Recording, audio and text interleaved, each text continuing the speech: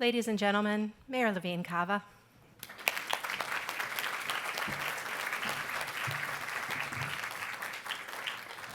Good afternoon, everyone. Glad to be back with you.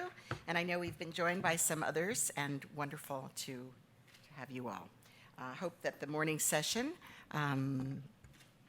was everything you hoped for. And did you all reach for the stars? Yes. All right, that's what our Assistant Secretary General Selwyn Hart told us to do. And I think there was consensus in the room that that was the right thing to do. So hopefully that's what you've been doing. And I had a very, very exciting conversation with him after about all of the plans, how to take this work forward. So Sakura and that one. We have plans for you. All right, we're very excited to partner with you. So once again, thank you so much for having me. And I am here with the chairman of our county commission. That would be Oliver Gilbert III. Oliver, I think you're supposed to join me up here. I think those are the instructions. Is that right? Okay, well, it's always good to have you by my side. So, all right. So this is my second shot. How'd I do the first time? Woo! Okay. I wasn't even here. That's why I take them along. Okay. We have a very dynamic panel ahead for us, and I am very, very honored that we have been joined by General Laura J. Richardson, Commander of the U.S. Southern Command. SOUTHCOM is a critical player for disaster recovery in this South Atlantic and Caribbean region, so thank you so very much for being with us, General Richardson. Very impressive. If you're not familiar, I would suggest a visit, because I don't think you can really appreciate what they do if you don't see the theater. And everyone in action, dealing with whatever disaster it happens to be. So I'd also like to welcome Rear Admiral Brendan C. McPherson, who's our commander of the U.S. Coast Guard 7th District. Commander, thank you very much. We've seen a lot of each other recently. There's a lot of activity here in South Florida, and you are handling it so admirably. Thank you. I'm also proud that we're going to hear from this chairman and from our commissioner, Danielle Cohen Higgins, of District 8 in Miami-Dade County. Chairman Gilbert is not only our county commission chair, but he's also the chair of our International Trade Consortium and our Military Affairs Committee. Oh, and by the way, our Transportation Planning Organization. So he has a few jobs, but specifically to the International Trade Consortium. This elevates our county's position as the global gateway for trade, but for other things too. We are enhancing our international relations, our cultural understanding and commerce through this role. So, Mr. Chairman, this is the perfect venue to welcome you and to thank you for your service. And I also want to recognize Maria Dreyfus-Ulvert. Maria, where are you? Maria. She's here in the lobby. Look out for her. She is the executive director of the International Trade Consortium, and we also have Gus Cruz, who is the director of our military affairs for Miami-Dade County. So we're here surrounded by a lot of commitment and expertise. I want to acknowledge that Commissioner Danielle Cohen Higgins, who's actually my successor in District 8, the district I served previously, she is one of our community's brightest leaders, and she happens to hail her roots from the Caribbean. She was born in Miami, but her parents immigrated from Jamaica, and her career has focused on community service, both as a lawyer and through her community work. So we're so happy you could join us today, Commissioner. And a big thank you to the Consul General of Bahamas. Where are you? Coming soon. There he is. No, that's not him. But soon. That is him. All right, Consul General of the Bahamas, Curt Hollingsworth. Thank you, yes, for joining us. Okay. And we're very grateful that we're going to have your international perspective as well as part of the discussion. And lastly, we're going to be joined by Patricia Gomez. Patricia, there she is in the front. She is our Deputy Director of the Office of Resilience, and she's helping to lead our county to a more resilient, environmentally sustainable future, so thank you as well. So before we get started, I need to make a request. that you will all stay for the next panel as well. That will be the academic panel that will follow this discussion. And we have Jamie Rome, the director of the National Hurricane Center here. And I know you will all want to hear the predictions for next hurricane season. And following Dr. Rome's panel, I'm hosting a reception in the restaurant here in the hotel at 5 o'clock, so you'll definitely want to stay for that.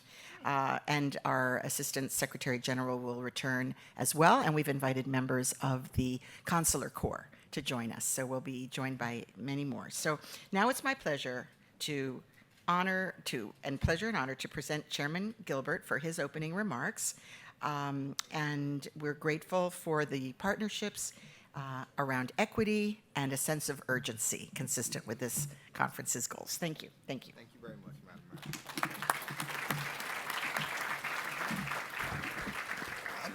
Mayor. Let me just say that you all being here in this room is testament to something. Well, a couple of things, but the first thing that comes to mind is that it's one world, one water, and one world. Sometimes we see these lines, and they call them counties, or they call them states, or they call them countries. But in truth, nature doesn't recognize that. In truth, people don't even necessarily recognize that in most senses. This is really one world that we share with each other, and we owe each other, we owe it to the world to be good stewards of it. And so when we have hurricanes and things that challenge us from an infrastructure perspective and from a humanity perspective, they don't just challenge people in Miami-Dade County or the people in the Bahamas or the people in Jamaica or Cuba. They challenge all of us. And they don't say, hey, we need Southcom to deal with it, or we need the Coast Guard to deal with it, or we need county government or state government or Georgia or Monroe. No, they say it requires all of our assistance. And you all being in this room, sitting here, is an understanding that if it's going to be done right, we're going to do it together. We are what's required. And that effort is something that on the front end will make all the difference in the world, because I know that we have expertise and you all have expertise and we have resources and you have resources, and we put all that stuff together, we can make a difference for people. And that is our calling, to make a difference for people. Now, I'm not going to steal the thunder from the director of the hurricane.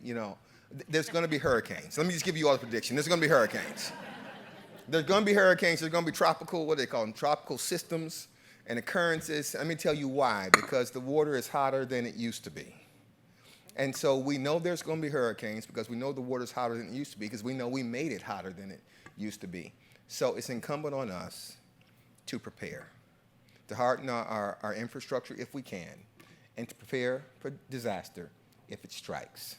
We can do that. So when we come together and we have these conversations, whether it's about preparedness for natural disasters or trade or migration, whatever it is, the answer is let's be prepared. Thank you all for being here today. Let's be prepared. Thank you. I think you're staying up here.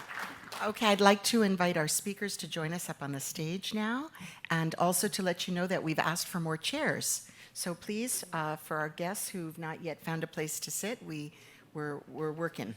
We're working for you. So if you could join us, thank you so much. Okay. I know the order. Okay. I'm going to sit right here on the last chair so you all can. Hello. Thank you. So good to see you. Do you have a preference on where you'd like to sit? Okay. I don't know. I don't have that. Oh, they'd like a group picture before you sit down, so don't get too comfy. Okay. Let's do that. Okay.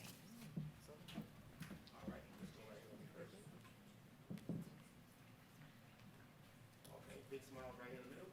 1, 2, and hold 1 second.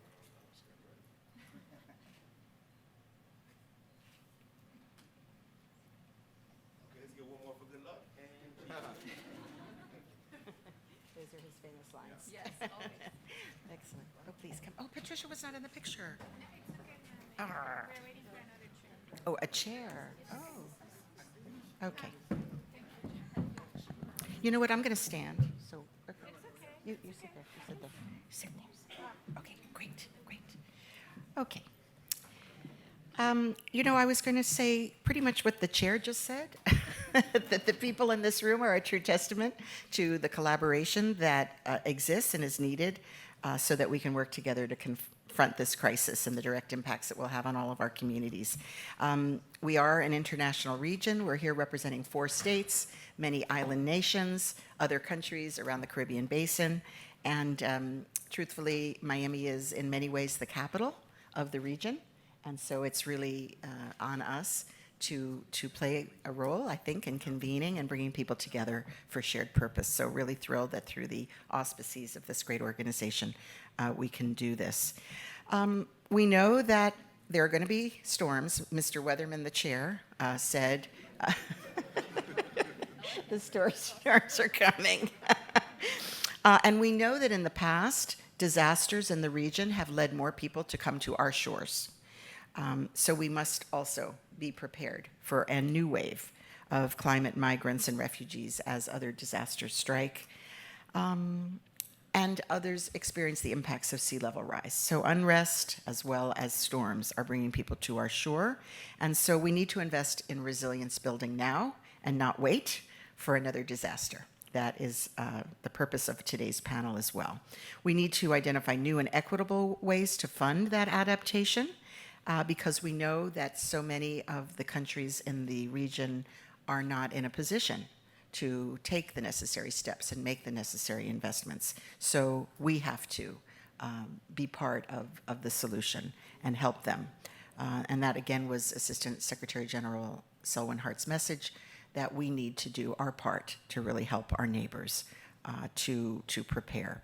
So we're going to listen to each other. We're going to learn about shared challenges and opportunities. We're going to recommit, commit to collaborate on lessening the impact of disasters. And I want to recognize that there are many, many in this room. Those of you who are just joining us missed the opening in which we saw a little pie chart graph of all the different roles and regions represented. It's quite impressive. It's quite awe-inspiring. We have academics, we have government officials, we have nonprofit organizations, we have federally funded initiatives, and we have a consular corps represented, as well as our military. So it's quite a collection working together, as the chair said. So I'm grateful to everyone's participation. And with that, we'll hear from the panel. So we're going to start with General Richardson. And so happy that you could be with us again. And we know that one of your priorities is to strengthen the partnerships with Central and South America and the Caribbean. That's through humanitarian assistance and disaster relief. Can you tell us a little more about that priority as it relates to the Caribbean and give an example of your work in the region? Okay, so thank you very much for the invitation to be here. Mayor, thank you for the introduction and just the opportunity to talk with you all today. It's an honor and a privilege for me to be the commander of United States Southern Command. I've been in a little over a year in the seat, and certainly the relationships that we have with the region, this huge region. The Department of Defense splits up the globe into 6 geographic areas, and this is one of the 6, and it includes the Caribbean, Central America, and South America. And so it's a huge region, but it's our neighborhood, just like the mayor said. And in terms of what a neighborhood means, what does it mean to be a good neighbor? We all have our definition of that. But it means we take care of each other. We watch out for each other. We help each other. We know someone's going to need help along the way, and that's what it's all about at the end of the day. I'm so glad to have so many different entities here, because in the United States Southern Command, I like to, as I go around and speak to everybody, talk about all of the, I call it team democracy, quite honestly, because we have so many entities within the Southcom headquarters. I'm very, very fortunate being here in Miami. We moved here 25 years ago. We celebrated just last year our 25th anniversary in the Miami area. We moved from Panama, which is where the headquarters originally started. And I've got interagency. I've got 15 interagency that work out of my headquarters from the U.S. government interagency. I've got over 20 foreign liaison officers from the region that have direct point-to-point linkages to their chiefs of defense. And so the relationships that we work with our neighbors, and this is our neighborhood, this region that is called United States Southern Command. And our job is to work with them, help them tackle the challenges that they have. And they certainly have challenges now. And when we talk about this region and we talk about humanitarian assistance and disaster response, that's definitely for the Caribbean and our Central American partners top of the list. And so we work with them over the past years. I could give you some statistics. For example, over the past 12 years, the investment that we've made in the Caribbean alone, $103.6 million investment from the Department of Defense into the Caribbean. 338 different projects that we've had. I could just take COVID with the past couple of years and the 25 mobile field hospitals that we've donated to the Caribbean region alone. A level 1 mobile hospital at $1.7 million that is currently in Barbados, and the Barbados Defense Force has that capability, but has it for the Caribbean region. All of the things that we do, we have an exercise called Trade Winds. That might be a name that you've heard about, right? I grew up hearing about that name of Trade Winds, the exercise, and I didn't get to participate in it until 35 years later when I'm the commander of U.S. Southern Command, and now I'm running Trade Winds. So 38-year exercise. It brings over 20 partner nations from the region, 20, not just the Caribbean, but our Central American partners and some of our South American partners as well, as we train to handle humanitarian assistance and disaster response. We just had the United States naval ship Comfort in the region going to 5 different countries: Guatemala, Honduras, Colombia, Dominican Republic, and also Haiti. And spent a little over a week at each one of these locations. We took care of, at about each location, hundreds of patients, actually thousands of patients, hundreds of surgeries. And then we also had all of these wraparound activities that we had. Humanitarian assistance, disaster response exercises, training or tabletop exercises that we had, subject matter exchanges to make our partners stronger, working with the fire departments, the first responders, military, the security forces, donating tents. We had so many non-federal entities and also non-governmental organizations that were part of this operation. So when I talk about team democracy, we're talking about interagency, we're talking about military, we're talking about academia, non-governmental organizations, non-federal entity, everybody that wants to be a part of it, come join the team. We already have a huge team, but that's just a little flavor of what we do at United States Southern Command, and I look forward to more discussion and some questions. Thanks. And so impressive. So impressive. Thank you so much, General Richardson.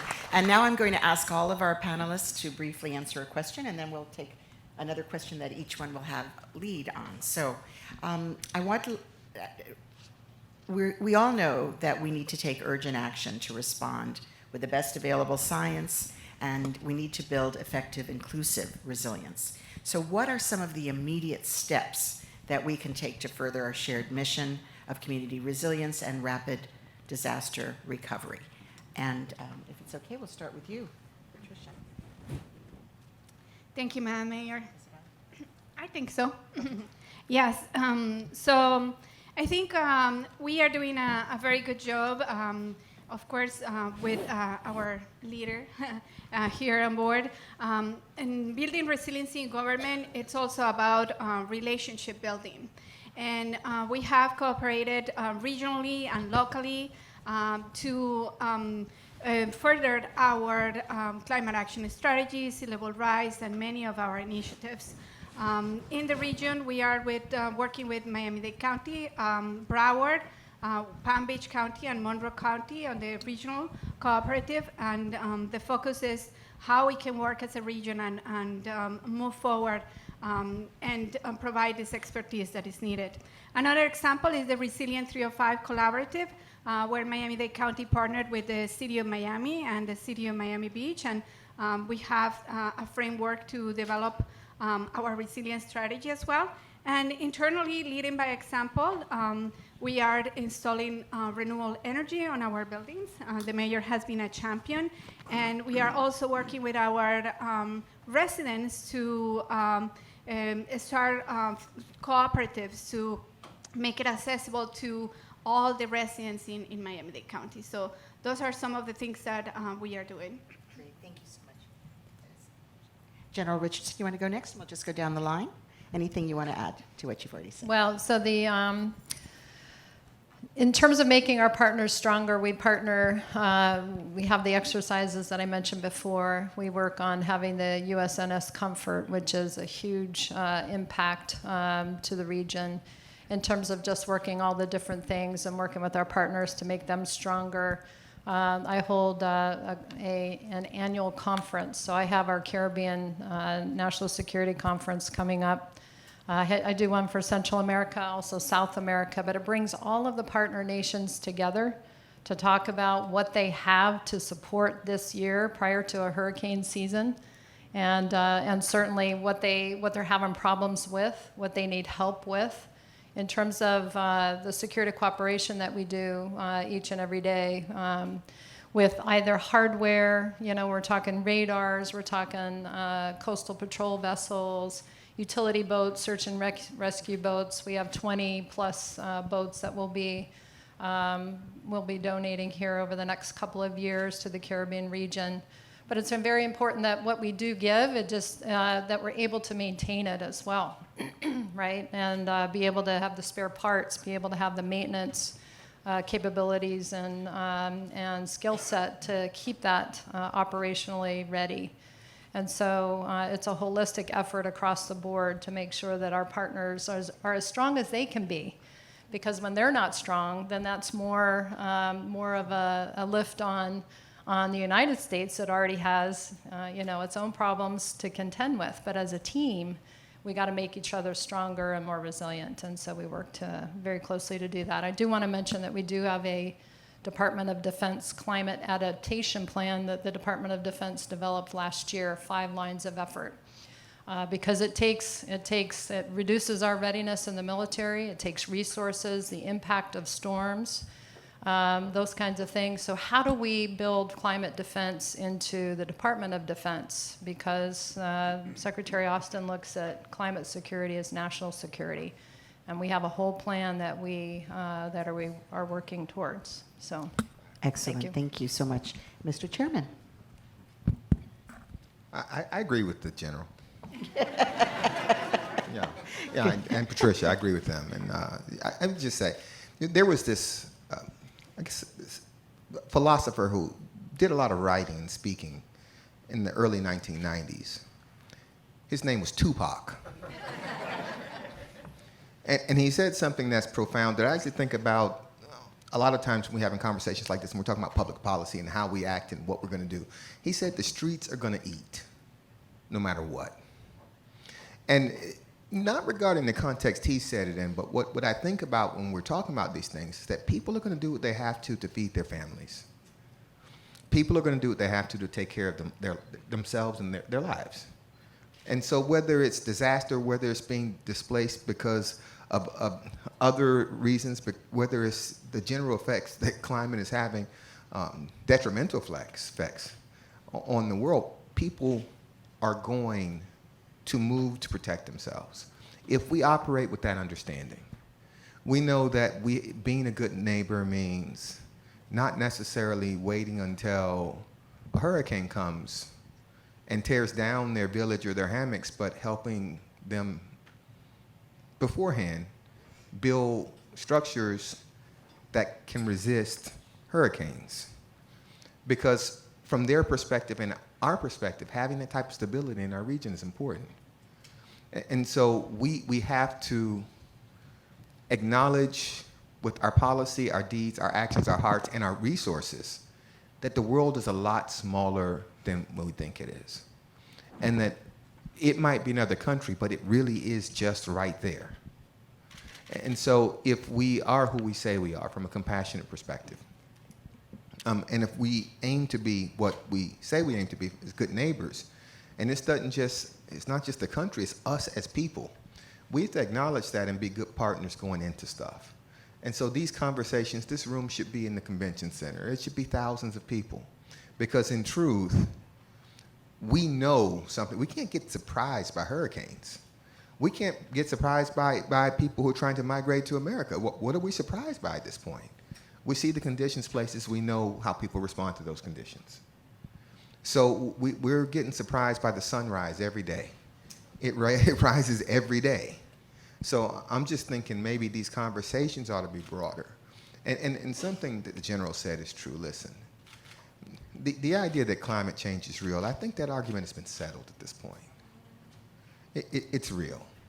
It's real, and you can see it from, polar ice caps melting. You can see it from the hurricane season starting a little earlier and lasting a little longer. You can see it. You can just measure it because the water's warmer. So that's our reality now. That being our reality, let's adapt ourselves to it and find ways, hopefully, to heal the planet. But if not, at least acknowledge what we've done and prepare for the things that are the natural and probable consequences of our actions. Thank you. Thank you. Tupac. Okay, let's hear from Commissioner. It's tough to follow a Tupac quote. But let me start by saying it's really a pleasure to be on a panel with such an esteemed group of professionals, a 4-star general, commissioners, chairman, Madam Mayor, Admiral, a consul general. It really is a pleasure to be here and in a room with so many of you who are focused on such an important issue. And the question posed to us was, what steps can we take as a lawmaker, as a policymaker? I can echo the sentiments of the late and marvelous Dr. Martin Luther King, who often spoke of the fierce urgency of now. And that doesn't apply any better than on issues as it relates to climate. The conversation that we're having in this room today is a conversation that we should have been having 10 years ago, right?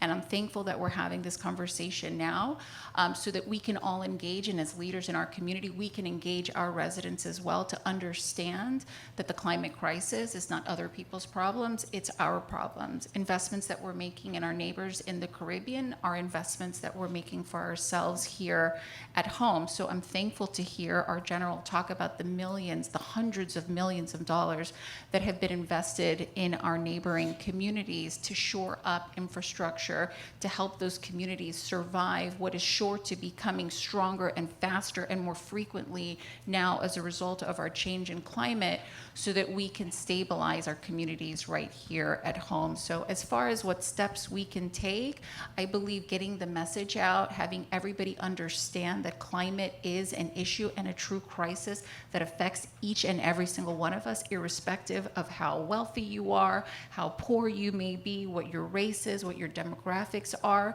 right? There is no discrimination as it pertains to weather. So continuing to have these conversations, I thank everybody in this room for their leadership on these issues, and I certainly will commit to doing my part to continue to echo how important these sentiments are and lobby our federal government for additional funding, both at home and abroad. Thank you so much.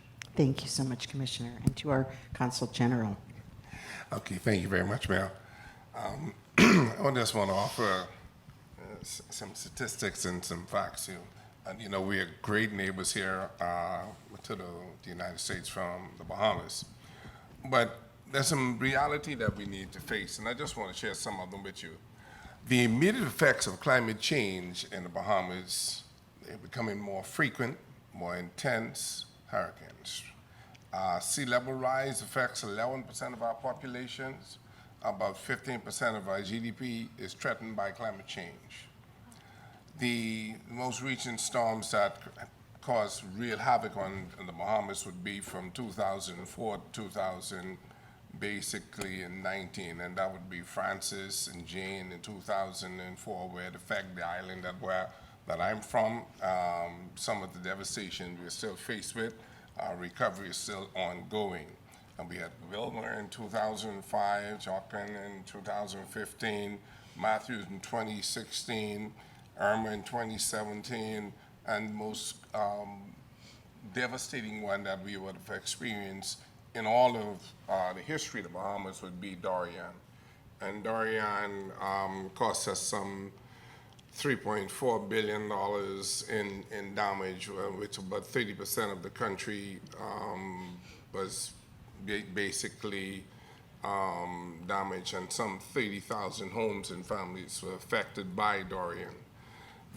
Some of the things that we're looking at that we hope to mitigate some of the issues we have with Hurricane Dorian is would be basically rezoning, improving the infrastructure policy to protect the vulnerable groups, enforcing building codes in the Family Islands, disaster management where the entire community is trained and involved in the aftermath, prepare for the transition to virtual modules for students in storms-ravaged area.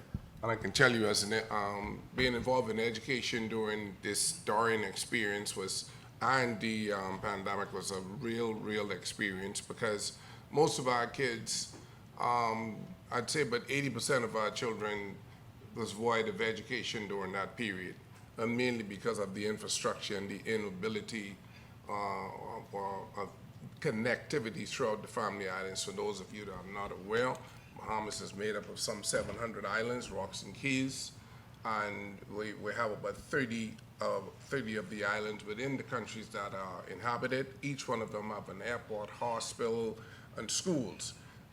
The connectivity and the ability to reach all of those islands is a challenge for any one government administration. And so we look forward to the continued building of relationship with our partners here in the United States to ensure that our people are secured to the best of our ability as it relates to these hurricanes. Unless you've experienced what climate change is doing to a country like the Bahamas, where we are kind of low-lying areas. So, you know, we account for less than 1% of the climate damage that it's impacting the Commonwealth of the Bahamas. And it's important for the bigger countries to acknowledge what is going on, not only in the Commonwealth of the Bahamas, but throughout the Caribbean.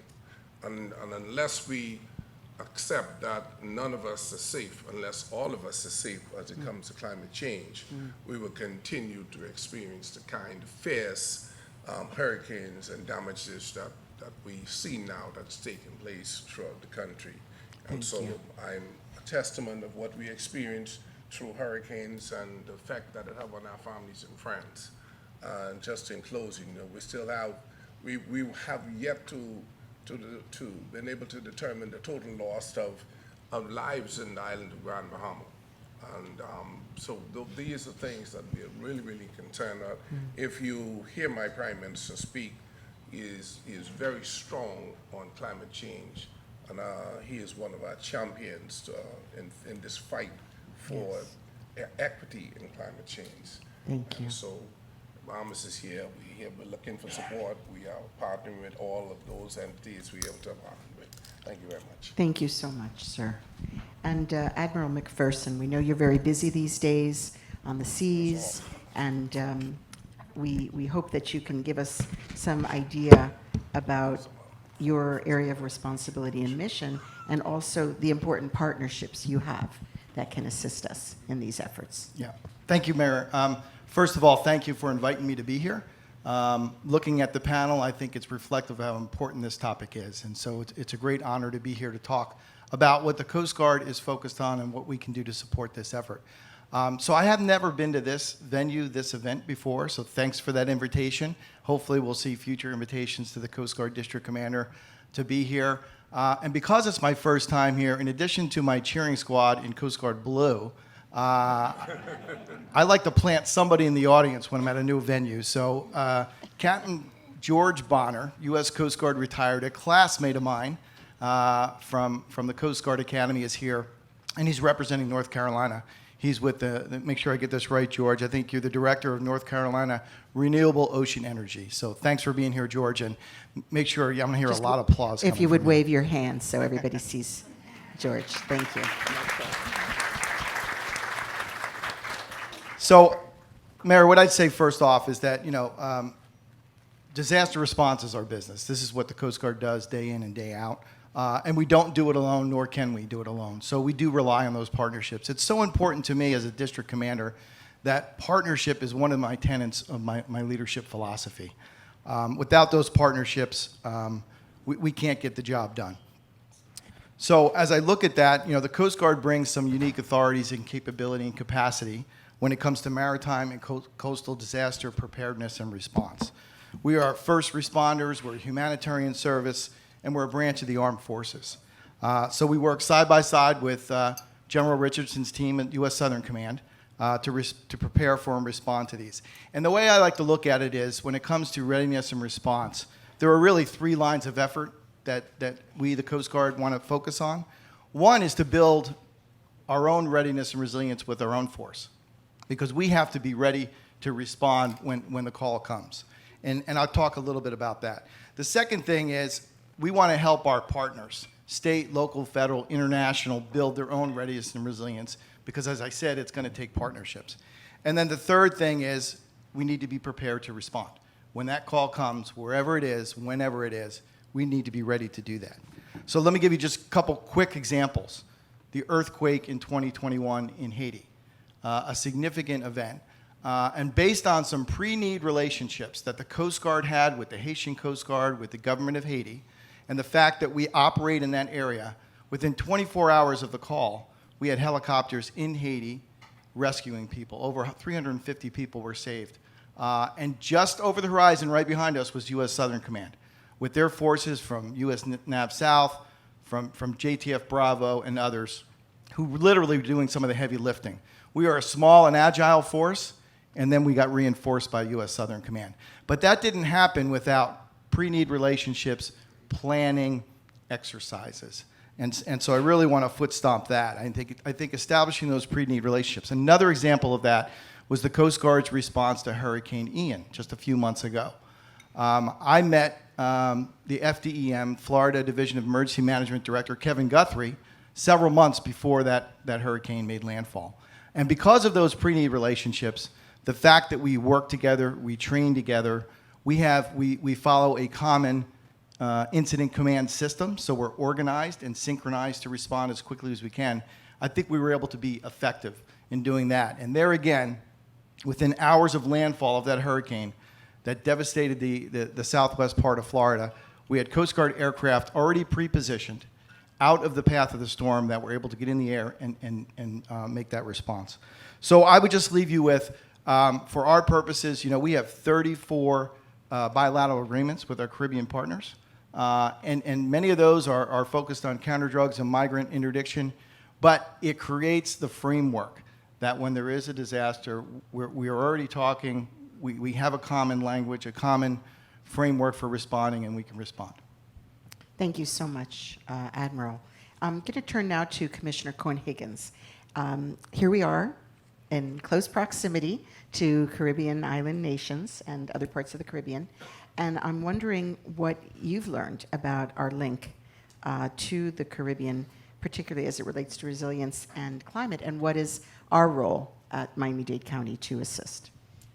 Thank you again, Madam Mayor. I think our link to the Caribbean is truly an extraordinary one here in Miami-Dade County, right? The Caribbean consists of Cuba, Haiti, Dominican Republic, Puerto Rico. I mean, the list goes on and on. And if you are familiar with Miami-Dade County, it is who we are. The Bahamas, for example, our chairman is from the Bahamas. My family is from Jamaica, all part of the Caribbean. We are a community of Caribbean immigrants and or descendants. So the link here in Miami-Dade County is truly an extraordinary one. And as far as what we can do here at Miami-Dade County to do more, panels like this, I think, are very, very helpful. I thank our Madam Mayor for being advanced and forward-thinking and having a Chief Officer of Resiliency. It's the first time in Miami-Dade County that we've had an office of that nature, and have the communications with our partners in the Caribbean, like the Bahamas and Jamaica, and other partners that are willing to hear from us on what steps we're taking to be leaders in these areas, so that they can implement those steps as well, and we can be true partners in sharing information in that that way to help everything we can, because again, the Caribbean is who we are. I also think it's worth noting, because Miami-Dade County is majority minority, we are an immigrant community, it's important to kind of debunk certain myths as it pertains to climate change and the environment. Unfortunately, there is a myth that people of color and minorities are not primarily concerned with the environment and climate change and things of these sorts, but it's simply not true. The fact is that people in the Caribbean, people like myself, families like myself, we are disproportionately affected by these hurricanes because of our physical location on the global scale. And so it's important to have communications with our communities of color, with our Caribbean residents, to talk about how much this is an issue. Everybody in the community knows it, but many of us are not aware of what steps we can take at home, where we need to plug in to help ourselves at home and our families that are still living in the Caribbean do their part to try and resist and be as resilient to these storms as possible. So communication, I think, is key, and sharing the information that we're taking leadership on by way of offices of resiliency is really important. Thank you so much. Thank you, Commissioner. Mr. Chairman, would you like to add anything to your thoughts to that? Ditto. I mean, ditto. I mean, look, she answered the question really smart. extraordinarily well, right? You all give her a round of applause. That was great. Yeah, that was a good answer. I mean, I think it is a myth, and when she said it, I think it's a myth that people of color, that we don't care about climate change. And I remember I was running for office, and somebody asked, they said, well, they asked me and the person I was running against, what do you think about sea level rise? And she said, well, we don't have oceans in District 1. And I thought to myself, we all have oceans. It's our ocean. Like, if you don't care about climate change, don't care about climate change. Care about the economy. If you're in Miami-Dade County, care about the economy. Care about, the fact that the beach is an extraordinary engine, economic engine for this county, that even if you don't work in tourism, I promise you that the economy, your job, your life, is affected by their ability to bring people down here to celebrate in one of the most beautiful places on earth that we are messing up. So if you don't care about climate change, you don't care about the environment, just care about money. just care about money. Care about yourself. I mean, I encourage you to be selfish. Just if you end up in the exact same spot. You end up in the exact same spot if you just think about yourself and you just run the numbers. Just run the numbers, think about yourself. And we have to have that type of awareness, but we have to do better at communicating to let people know that it's all of our problem. This is not a problem for environmentalists.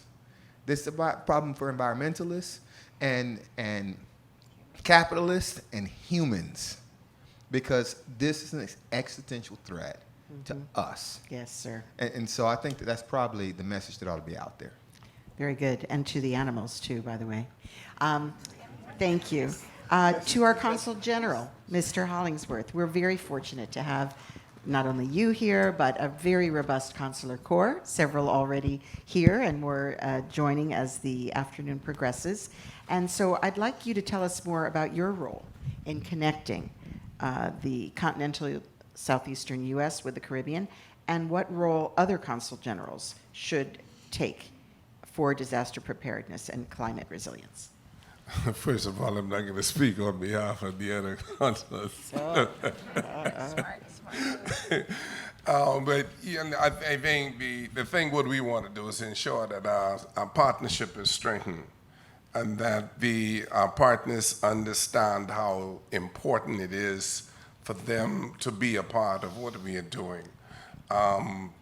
The Bahamas plays a real role in South Florida, and we've been doing this for decades.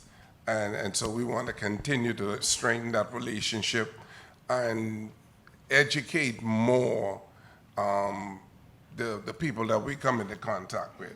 Because I think there's also a myth that we have no concern or we don't care about climate change. But the fact is, excuse me, a number of our islands, 2050, is expected to be underwater. And this is in the southern certain islands. There are about 5 to 7 islands that are predicted by 2015 that can possibly be underwater if there are some steps are not taken to mitigate and offset the climate change. We will become refugees ourselves as the result of what the bigger countries are doing, by us just standing still and making no effort to ensure that we take corrective measures. So educating our own and educating those of you that are here in the Bahamas. The Coast Guard certainly understands what we go through because they would have played a major role in the rescue efforts during many of the hurricanes that we had. The fact is, a number of our family islanders have moved into islands like New Providence. Our country is made up of some 400,000 people. Out of that 400,000, maybe 275,000 are Bahamians that are documented. The other ones are there as a result of, fleeing from their countries. And so we have to also look after them. So we are appealing to our partners to strengthen our relationship, and we appreciate what is already being done by the armed forces, the militaries, and what have you. And so my role is to see if we can connect and strengthen our relationship. Basically, that's what it boils down to. Thank you so much for that. So Patricia, come back to you. What are some of the best practices in resilience building that you've seen at the local level that can be used as a model for others? And what can we learn from local history to help us to move forward in a more intentional and equitable way? Thank you, Madam Mayor. So I think that a message that resonated with me a lot this morning was Assistant Secretary General Hart. He said we need to turn our mitigation and adaptation ambition into reality. We are here in the optimism room, if you haven't noticed. And so with all that, I want to make sure that I share the good things that we are doing. I heard my boss, Jim Morley, saying once the mayor came into Miami-Dade County, resiliency is in steroids. And we are definitely doing a lot every day. One of those examples is the adaptation action areas, which is a way that we are localizing our planning for flood mitigation, prioritizing funding to help those that are more vulnerable to sea level rise, flooding, and so that need to adapt. So we have learned a lot how to run those ones, and we are in our second one, so we are happy to share. We are not afraid of copy and paste, and we give you the same right. You can copy and paste our stuff with no problem. As I mentioned, our climate action strategy, we have, of course, is what we are seeing is because we are kind of expecting or seeing the impacts of climate change. But we also need to take care of the sources of that climate change, right? So we are implementing our climate action strategy, which is very ambitious. Our goal is to reduce the greenhouse gas emissions that the Consul General is mentioning. The United States is one of the major contributors to the greenhouse emissions. So our plan is to reduce our emissions 50% by 2030 and net zero by 2050. And so we have in our climate action strategy, we have actions to change our transportation, use more public transportation, improve the performance of our buildings, and definitely change the way we treat wastewater and waste.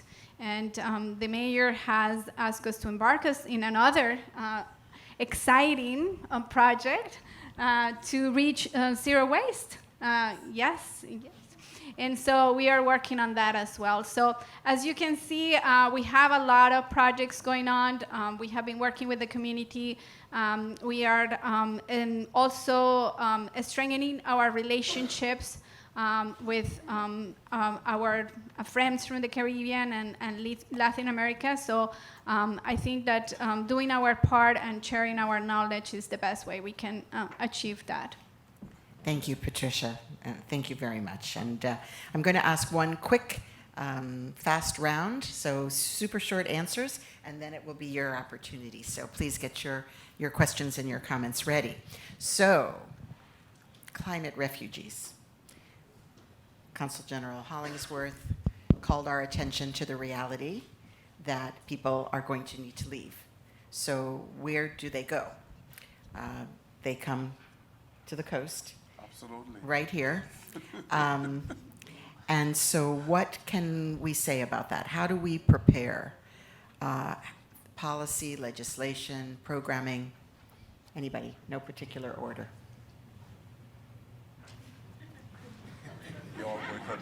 Oh, yes. Okay, Oliver. They were like bad kids just now. Well, They she weren't was paying attention. talking. Yeah, we weren't. I got to hear the question again. I'm sorry. Let me just not even pretend. I got no words. What was the question? It was Commissioner Cohen Higgins was talking to me. I was just telling her that I'm appointing her to the Military Affairs Board. Yeah, yeah, she's getting appointed. Yeah. All right. So, and then you called on me. So.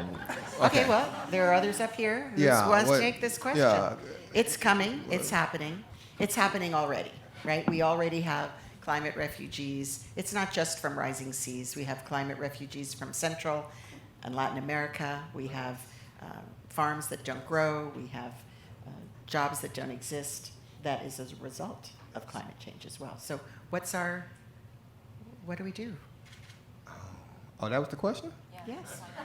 Oh, let's just talk honestly about it from a negative perspective and a positive perspective. I mean, listen, we know that it's happening.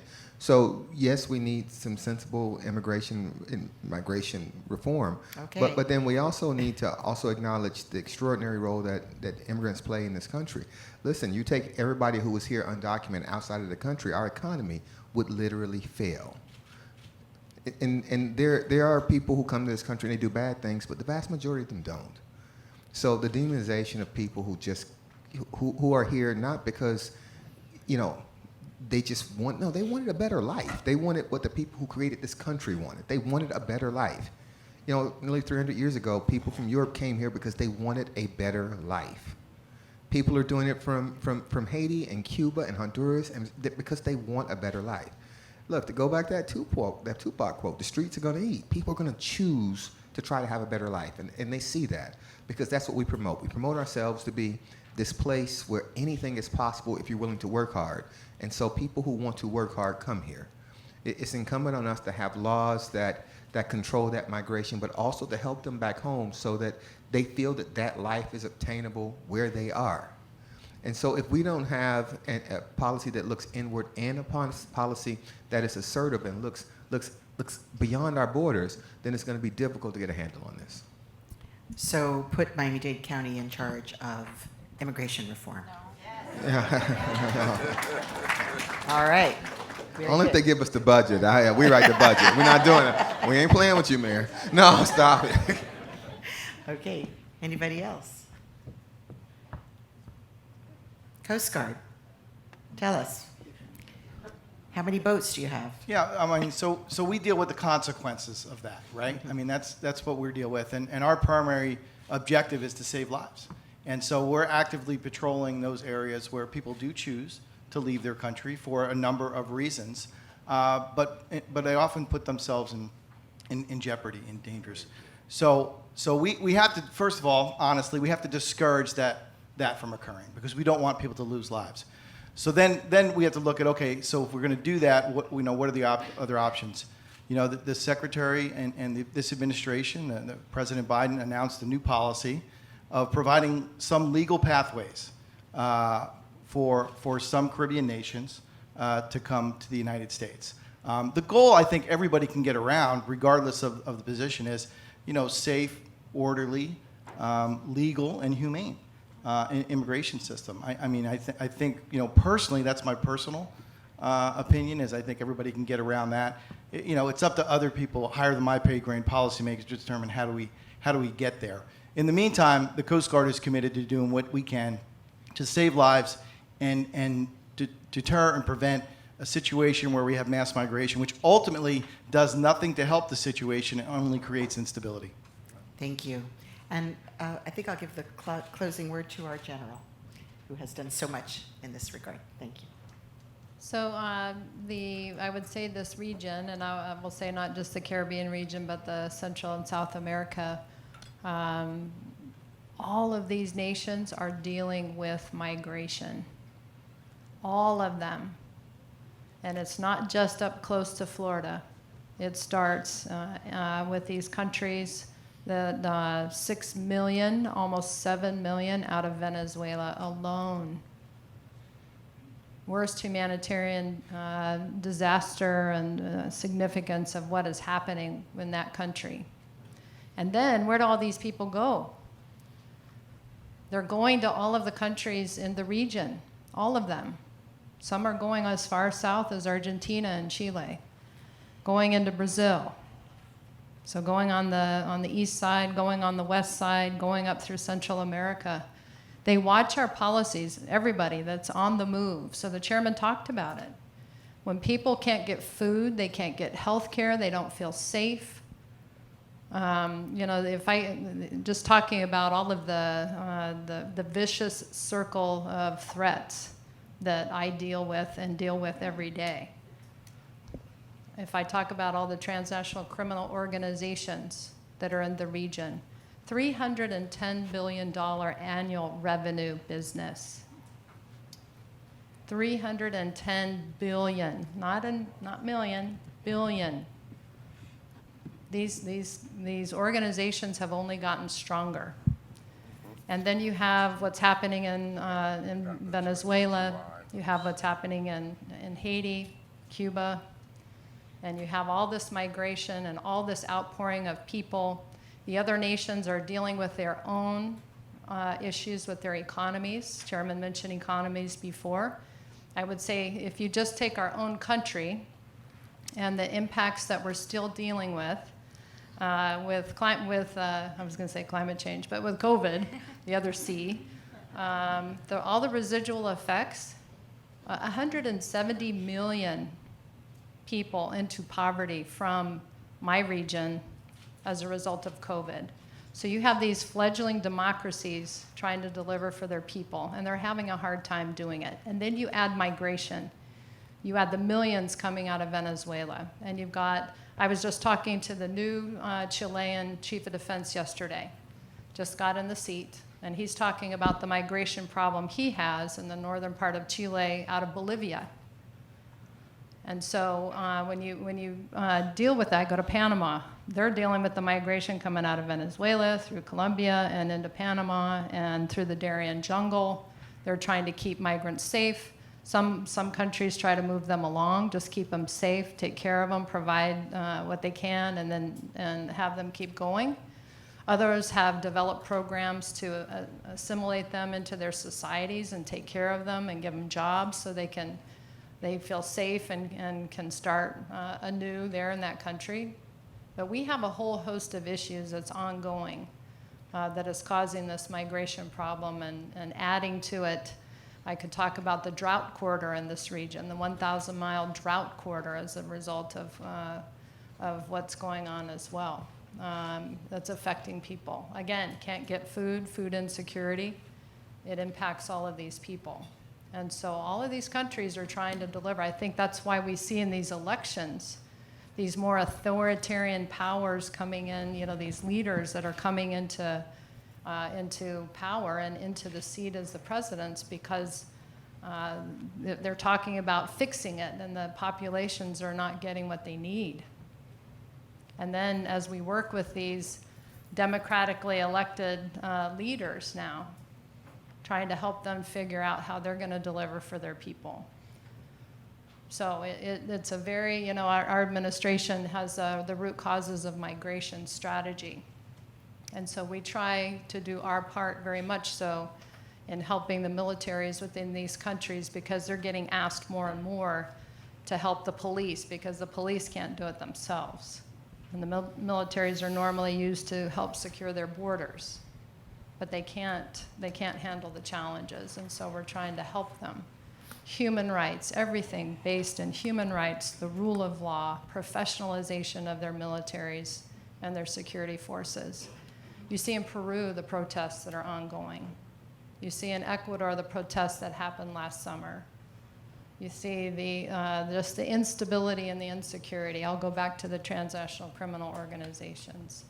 There's a lot going on, a lot of malign activity, not just counter-narcotics, human trafficking, illegal logging, illegal, unregulated, unreported fishing. There are a lot of things that are happening, deforestation. And so a lot of challenges that our countries are dealing with that we're trying to help them deal with that and empower them to be stronger. But it's not an easy solution by any stretch. And then you add climate change and storms and disasters on top of that. So. I'm voting for her.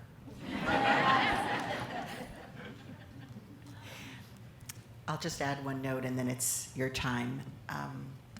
Talking about Miami-Dade County foreign policy, the new Biden administration immigration rules really don't benefit those who come by sea. And you have to cross the border. That's not considered yet part of it. And I'll be talking to Secretary Mayorkas about that on Monday. So stay tuned. It's really a problem. So this is the room of hope. So we don't want to, end on a dire note. So let's see. Anybody have a question or comment from the audience? Please. And if you could give your name. Hello, I'm Brian Johnson. I'm from the British Consulate. I work on clean energy and infrastructure. And my question was more for General Richardson and Rear Admiral McPherson.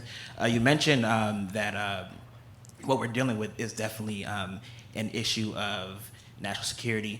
And then you also mentioned some of the threats that that we're dealing with that are just outside of the realm of climate change, but it could include transnational crime and what have you.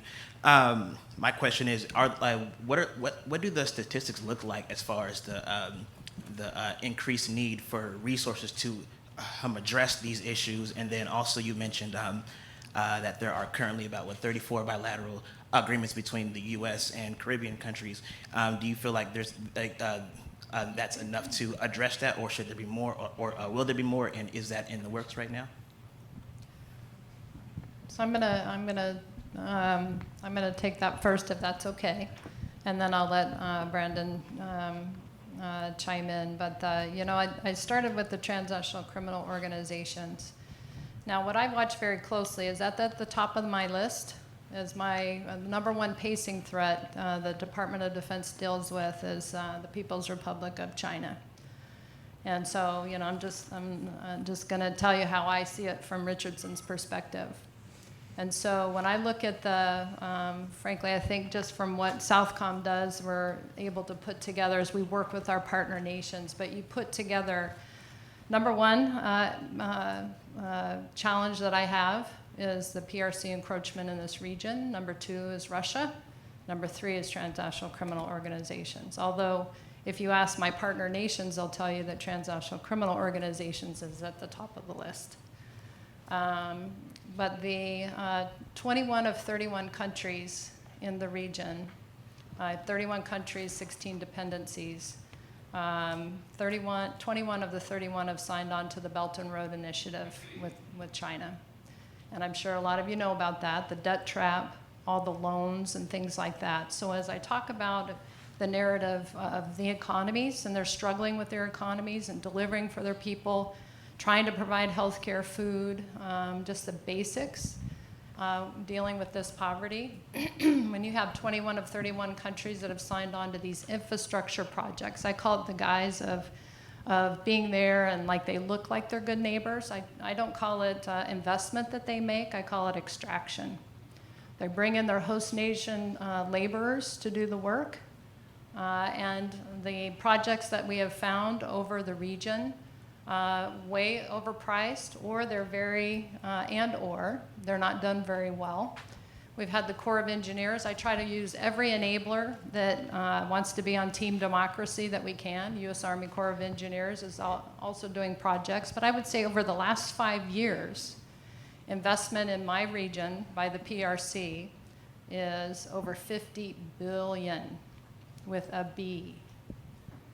Argentina was the last country to sign on to the BRI last January for 23 billion in projects. All these projects are in the billions, 3.4 billion, 1.2 billion, a highway here, a dam here. It's investment in critical infrastructure that bothers me. And it's the investment in ports, telecommunications, again, our critical infrastructure. The most space out of any one of the 6 regions that I talked to you about before is in my region. Why is that from the Chinese? Why do I have the most space infrastructure in my region? I'm not here to try to sway you or anything. I'm just telling you what keeps me up at night. And then I see these transnational criminal organizations, which I look as like a very pointy edge of a very large wedge that creates insecurity, instability, and then allows the PRC with their, looks like, great infrastructure projects and investment. The tenders that go out, sometimes there are no other bidders. And these countries don't have a choice.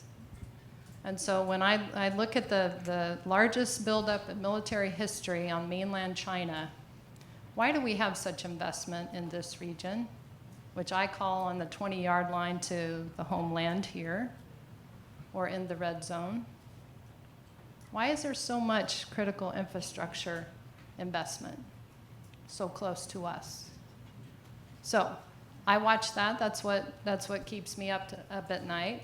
As I speak and go around, it's very important. I partner with business executives for national security, where they come in with about a dozen CEOs into a country for about a week. They've been to Panama, they've been to Guyana. We have the largest oil reserves in Guyana that were just discovered. That country is very vulnerable right now to adversaries looking to exploit that for negative reasons, not positive reasons. This region is so rich in rare earth elements and resources. We have the lithium triangle that's in this region: Argentina, Bolivia, Chile. 60% of the world's lithium. We have the Amazon, the lungs of the world, excuse me. 11 countries have the Amazon in it, in my region. We have 31% of the world's fresh water.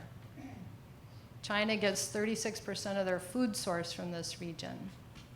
There's a lot happening in the region that folks are taking advantage of. But we used to be the only ones really that worked with our partner nations, and now we're not the only ones there. We're not the only ones in the region. Russia is very prevalent with Russia Today, Espanol, and Sputnik Mundo. Social media, over 30 million followers. A lot of disinformation is ongoing. So we have some challenges. Again, we try to help our partner nations with all of these challenges. And I know the mayor wants to maybe have Brandon say a couple things. No, she was standing up because the time is, you took all the time. All the time. There's no more time. No time for you, Rear Admiral, no.